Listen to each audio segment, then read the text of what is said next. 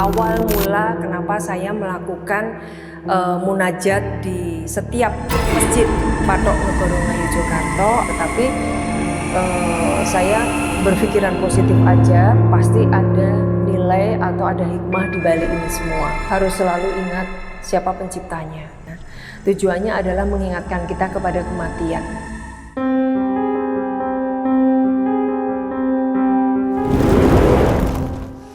Assalamualaikum warahmatullahi wabarakatuh. Salam sehat dan sejahtera untuk kita semua.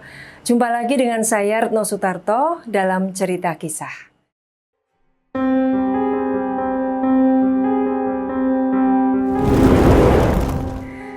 Teman-teman, kali ini saya ingin bercerita yaitu tentang munajat di Masjid Patok Negoro Ngayogyakarta bagian kedua.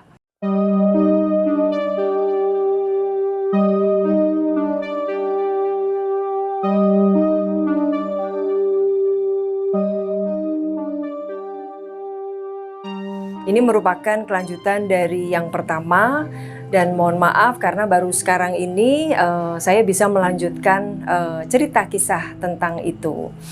Nah, apa yang sudah saya sampaikan di video sebelumnya yaitu awal mula kenapa saya melakukan munajat di setiap Masjid Patok Negoro Ngayogyakarta adalah berawal dari ketika saya diminta oleh ibu, atau saya sebut Kanjeng Ibu dari selatan, bahwa saya diminta untuk pergi di masjid di tepi pantai Parangkusumo, Yogyakarta. Nah, waktu itu saya sudah ke sana, kemudian sore hari sampai sana itu sudah selesai waktu asar. Saya langsung melakukan sholat tahiyatul masjid, kemudian lanjut lagi dengan sholat sunat taubat, juga sholat hajat, sehingga saya bisa bermunajat kepada Allah dan mohon izin kepada Allah untuk bertemu dengan Ibu Kanjeng dari selatan tersebut gitu. Nah, waktu itu saya sudah menceritakan, akhirnya ibu datang dan memberikan pesan kepada saya untuk melakukan sholat di setiap Masjid Patok Negoro Ngayogyakarta dan juga mengambil air dari setiap masjid tersebut gitu. Waktu itu memang saya tidak begitu paham ibu menyuruh seperti itu, maknanya apa, tujuannya apa. Memang ibu tidak menjelaskan apapun gitu. Namun saya hanya berpikiran positif aja, pasti ada nilai atau ada hikmah di balik ini semua. Dan memang saat itu kan saya sedang mengalami suatu permasalahan yang menurut saya memang berat saat itu, sehingga mungkin saya harus istilahnya harus bermunajat, berdoa, sholat itu di masjid-masjid yang mempunyai istilahnya nilai sejarah, masjid kuno, mempunyai nilai sejarah, dan ini memang banyak nilai yang terkandung di dalam masjid tersebut seperti itu. Ya sudah, akhirnya 2 hari setelah saya sholat di Masjid Parangkusumo di tepi pantai itu, saya mulai melakukan sholat di masjid-masjid Patok Negoro Ngayogyakarta. Nah teman-teman, Masjid Patok Negoro itu maksudnya adalah masjid yang terletak di tapal batas wilayah negeri Yogyakarta. Jadi sebutannya negeri ya, karena kalau saya baca artikel di di media sosial bahwa ya kan Yogyakarta itu kan pemerintahannya kan masih dipegang oleh keraton ya, Keraton Kasultanan Yogyakarta. Jadi saat itu memang Keraton Yogyakarta itu kan udah berdiri yang sampai sekarang ada di alun-alun utara di daerah pusat kota. Nah, itu kan merupakan perpecahan dari Mataram Islam yang dulu ada di Kota Gede, Yogyakarta. Jadi karena adanya perjanjian Giyanti sekitar tahun 1755, kerajaan Mataram Islam itu pecah menjadi dua, yaitu yang pertama adalah Kasunanan Surakarta yang terletak di Solo, yang kedua adalah Kasultanan Yogyakarta yang terletak di kota Yogyakarta. Nah, Kota Gede itu juga kota yang berada di dalam wilayah daerah istimewa Yogyakarta, yaitu di sisi sebelah timur. Itu cikal bakal kerajaan Mataram Islam. Nah, Masjid Patok Negoro ini waktu itu saya mau mengawali dari Masjid Gede Mataram. Jadi kenapa saya harus mengawali sholat dan munajat di Masjid Gede Mataram yang terletaknya di Kota Gede? Karena masjid itu adalah masjid tertua yang dibangun pertama kali, kalau nggak salah dibangun pertama kali di Yogyakarta itu pada saat pemerintahan Sultan Agung. Jadi tahun 1650-an. Dan nilai sejarah yang terkandung di masjid itu luar biasa ya, karena masjid ini unik karena dia itu berpagar, pagar dari luar itu pagarnya berbentuk kayak Buddha sama Hindu gitu ya. Jadi mau masuk pintu gerbang masjid itu ada pura gitu, kayak ada pura berbentuk istilahnya ciri khas dari budaya Hindu. Kemudian untuk reliefnya itu seperti kayak budaya Buddha, tetapi begitu kita masuk ke halaman masjid itu udah nampak masjid. Jadi ini seperti simbol sebuah toleransi beragama yang terjadi pada saat itu gitu. Jadi konon katanya pada saat pemerintahan Sultan Agung itu banyak di sekitar wilayah Alas Mentao atau di Kota Gede, sebelum menjadi Kota Gede itu namanya di situ hutan Mentao. Itu banyak juga kepercayaan Hindu dan Buddha, sehingga pada saat Sultan Agung membangun masjid itu mereka membantu gitu, dan untuk salah satu bentuk toleransi di antara ketiga agama itu diwujudkan dalam bentuk bangunan yang seperti itu. Nah, saya sholat di situ seperti biasa, munajat, berdoa, dan ya kita berkeluh kesah lah sama Allah. Adalah Sang Pencipta kita yang maha hidup, sehingga apapun permasalahannya ya kita adukan kepada Allah Subhanahu wa Ta'ala. Karena memang pesan dari Ibu bahwa jangan lupa ibadah, dikuatkan, munajat terus pada Allah, semoga Allah akan memberikan jalan yang terbaik buat kamu, seperti itu. Nah, di Masjid Kota Gede, jadi saya sedikit cerita sejarah bahwa di sebelah baratnya masjid itu ada sebuah makam dari Panembahan Senopati atau yang merupakan Raja Mataram kedua ya. Jadi pada saat sebelum Panembahan Senopati itu kan yang mendirikan Mataram Islam itu kan Ki Ageng Pemanahan, yaitu ayahnya dari Panembahan Senopati. Setelah Ki Ageng Pemanahan meninggal, kemudian digantikan oleh putranya yaitu Panembahan Senopati tersebut.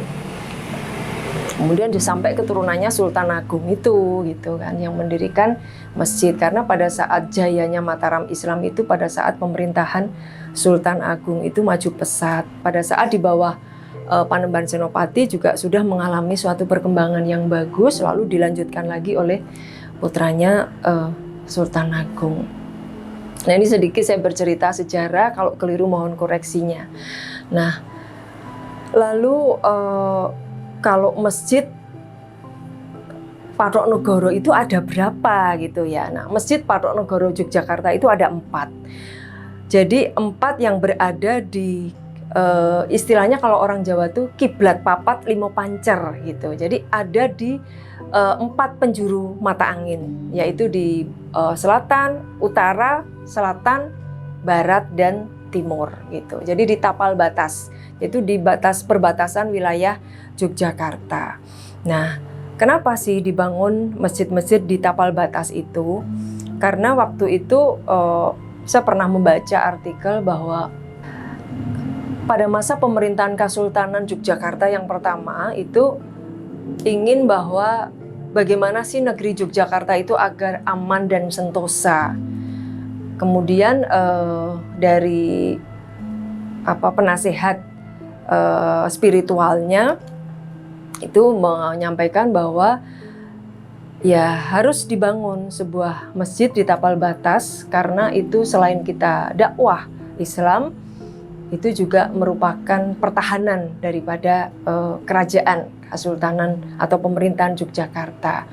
Jadi masjid itu akhirnya dibangun sekitar tahun 1700-an lebih ya gitu. Jadi ketika saya sudah selesai melakukan sholat di Masjid Gede Mataram, yaitu masjid yang tertua tadi di Kota Gede, Yogyakarta, lalu saya melakukan sholat di Masjid Gede Kauman. Nah, Masjid Gede Kauman ini dibangun setelah berdirinya Keraton Kesultanan Yogyakarta. Nah, kemudian biasa ya di setiap pemerintahan itu kan setiap kerajaan itu pasti ada alun-alun di depannya, kemudian ada pasar, yaitu Pasar Beringharjo kalau di Yogyakarta, dan ada masjid. Nah, kalau sudah ada pilar itu, keempat pilar itu adalah menunjukkan suatu pemerintahan. Ada pasar, itu pusat perekonomian masyarakat pada saat itu. Kemudian ada masjid, itu tempat peribadatan dan kegiatan-kegiatan keagamaan. Kemudian juga ada alun-alun di mana di situ istilahnya untuk pertemuan-pertemuan pemerintahan saat itu, misalnya mengadakan mungkin kegiatan upacara atau mungkin berlatih laga pasukan-pasukannya itu di alun-alun tersebut. Nah, kemudian saya melakukan sholat di Masjid Kauman karena saya anggap Masjid Kauman adalah pusat dari 4 kiblat 5 pancer tadi. Jadi 4 penjuru mata angin, yaitu 4 masjid yang ada di tapal batas wilayah Yogyakarta, kemudian pusatnya adalah di Masjid Gede Kauman tersebut gitu. Ya, kemudian setelah melakukan sholat di situ, lalu berlanjut ke masjid-masjid Patok Negoro. Jadi Patok Negoro itu ada 4. Kalau di batas utara itu namanya Masjid Sultonain yang ada di wilayah Minomartani atau Plosok Kuning di daerah Sleman, Yogyakarta. Itu Jogja Utara. Kemudian kalau di selatan itu ada Masjid Patok Negoro yang namanya Masjid Nurul Huda ya, kalau nggak salah ya, Nurul Huda.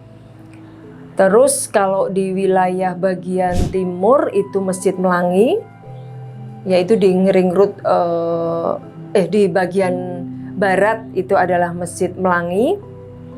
Kemudian di tapal batas yang bagian timur itu adalah Masjid Babatan.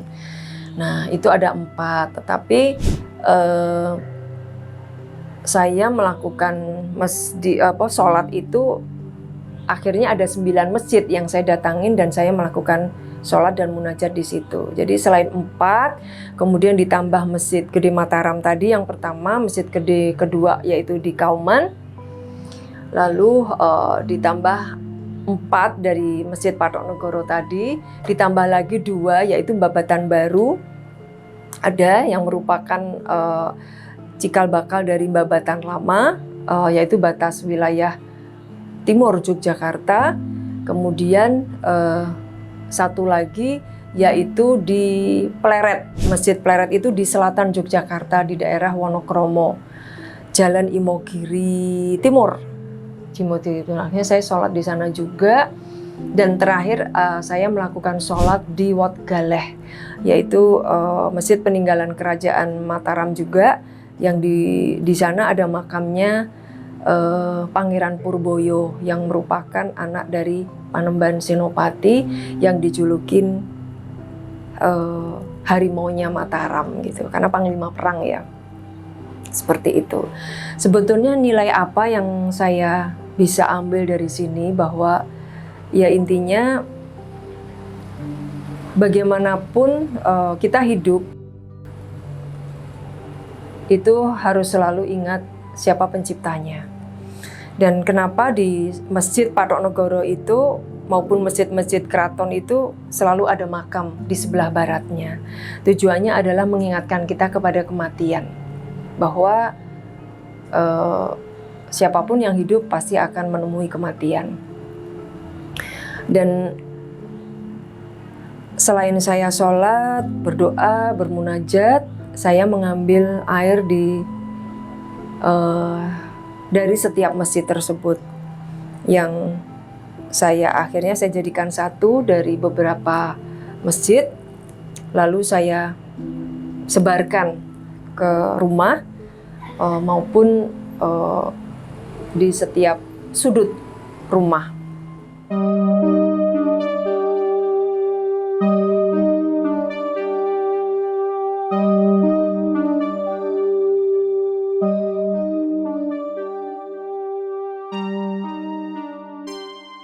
Nah, jadi perjalanan dari pengalaman ritual saya melakukan sholat di setiap masjid Patok Negoro Yogyakarta maupun masjid-masjid peninggalan kerajaan Mataram, itu bahwa memang ada nilai positif yang bisa saya ambil, bahwa kehidupan saya semakin hari semakin baik, kemudian saya juga lebih tenang, lebih mawas diri gitu ya, bahwa setiap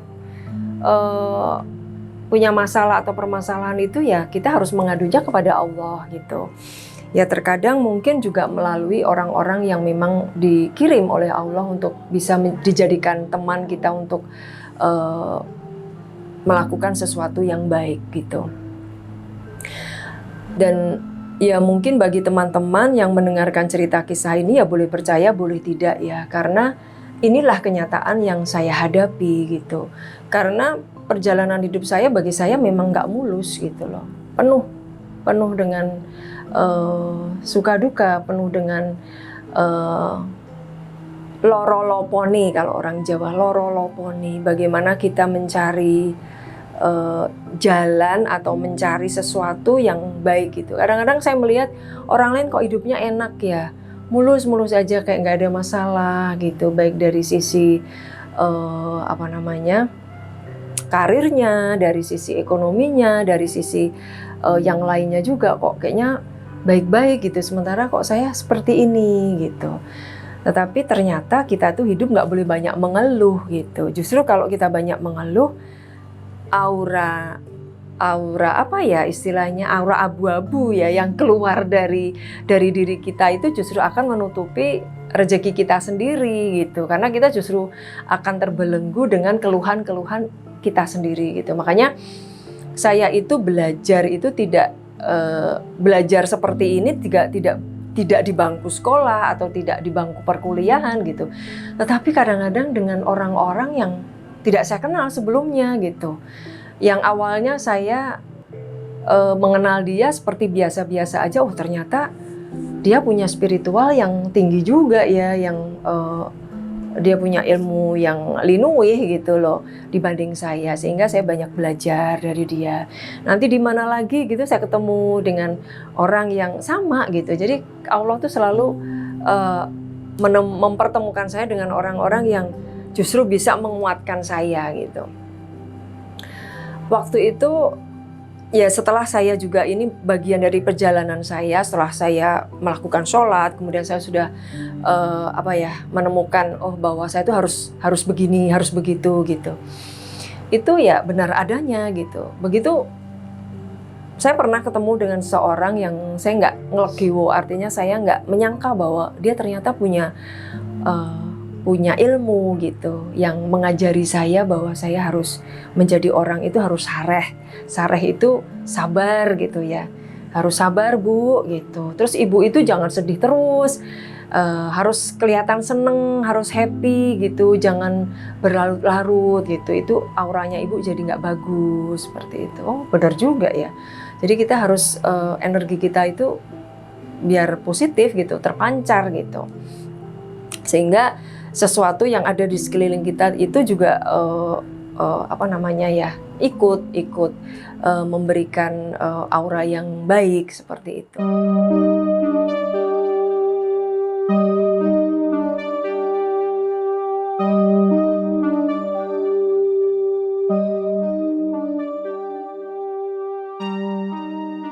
Nah ini bagi teman-teman, inilah cerita kisah yang saya bisa berbagi dengan teman-teman. Semoga ini bisa bermanfaat, bisa menebarkan pembelajaran hidup juga untuk teman-teman dan kita semuanya, bahwa kita jangan berkeluh kesah terlalu mendalam, justru nanti akan membuat hati kita terlalu nelongso, terlalu perih ya. Apapun permasalahan hidup ya mengadulah sama Allah gitu. Mengadu sama Allah, mohon petunjuk, mohon bimbingannya. Nanti Allah akan yang nggak diduga-duga itu akan memberikan jalan yang terbaik, entah itu pertolongan lewat seseorang yang kadang-kadang kita nggak kenal sebelumnya, atau oleh leluhur-leluhur kita yang sudah di alam sana, kadang-kadang juga memberikan isyarah-isyarah yang baik kepada kita melalui mimpi seperti itu. Nah ini teman-teman ya, terima kasih semuanya atas perhatiannya. Saya hanya bisa menyampaikan hal ini, ambil nilai positifnya dan ambil hikmahnya dari cerita kisah saya ini. Dan jangan lupa untuk selalu support terus channel YouTube Retno Sutarto, untuk memberikan subscribernya, komen yang positifnya, like-nya, dan semoga ini merupakan pahala yang terbaik buat kalian semuanya, dan semoga Allah senantiasa memberikan kita kehidupan yang berkah barokah, kesehatan dan rezeki yang berlimpah. Terima kasih supportnya ya teman-teman semuanya. Akhir kata saya ucapkan Assalamualaikum warahmatullahi wabarakatuh. Rahayu, rahayu, rahayu.